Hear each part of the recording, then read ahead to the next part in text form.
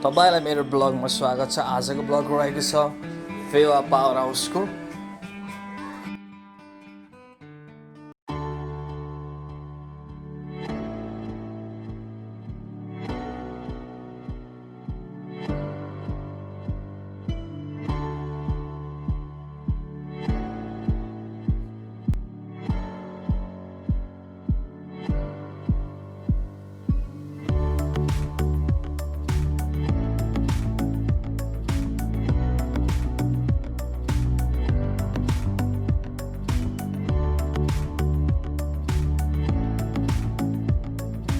यो रहेको छ पावर हाउस।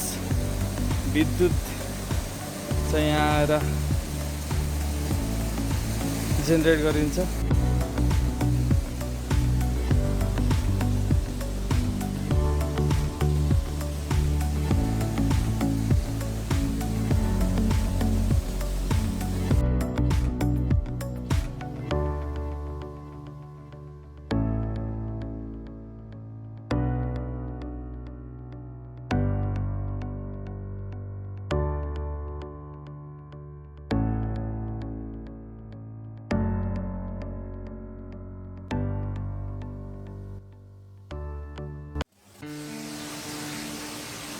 तपाईलाई मेरो ब्लगमा स्वागत छ। तपाईँ अहिले चाहिँ यहाँ पावर हाउस आएका छौँ हामी आज।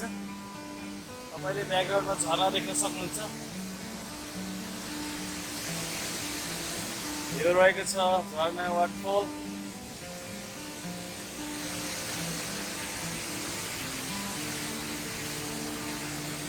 यो रहेको छ फुर्से खोला। यो रहेको छ झरनाहरू।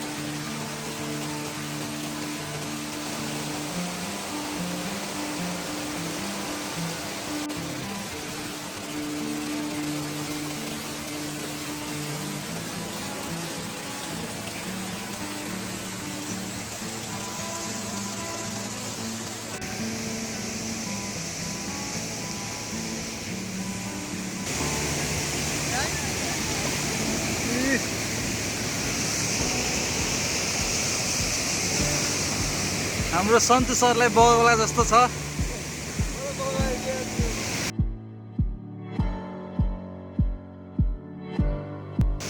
सब जुत्ता भिजेछ। कस्तो भइरहेछ तपाईँलाई अहिले? डुडु डुडु भइरहेछ। बौला जस्तो भयो होला है। लाउनुहोस्, उहाँलाई मैले तार्दैछु।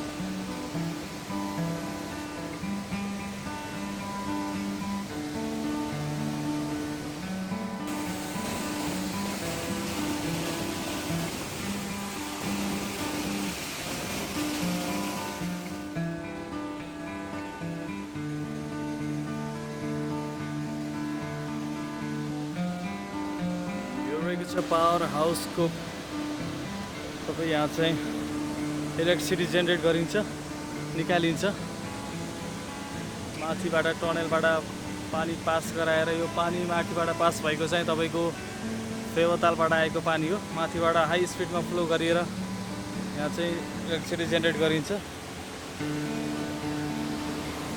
नेपाल जलस्रोतको दोस्रो धनी देश भएकाले केही हदसम्म प्रयास गरिएको छ विद्युत निकाल्ने अब सरकारी स्तरबाट केही कार्ययोजना बनाएर गरियो भने चाहिँ नेपाल निकै अगाडि बढ्नेछ हामीले अरूलाई पनि सेल गर्न सक्छौँ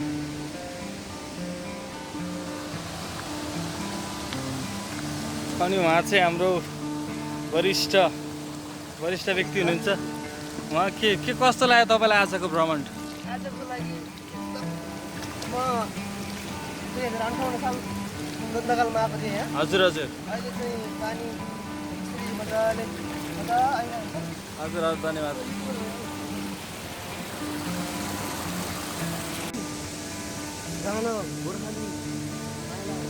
गोर्खाली माइला तपाईँको पसल हुनसक्छ आज लकडाउनले गर्दा बन्द भएको हुनसक्छ सायद अनि यहाँभित्र चाहिँ अनुमति बिना प्रवेश निषेध छ त्यसैले हामी प्रवेश गर्दैनौँ तर भित्रको अलिअलि फुटेजहरू तपाईँहरूलाई देखाउन चाहन्छु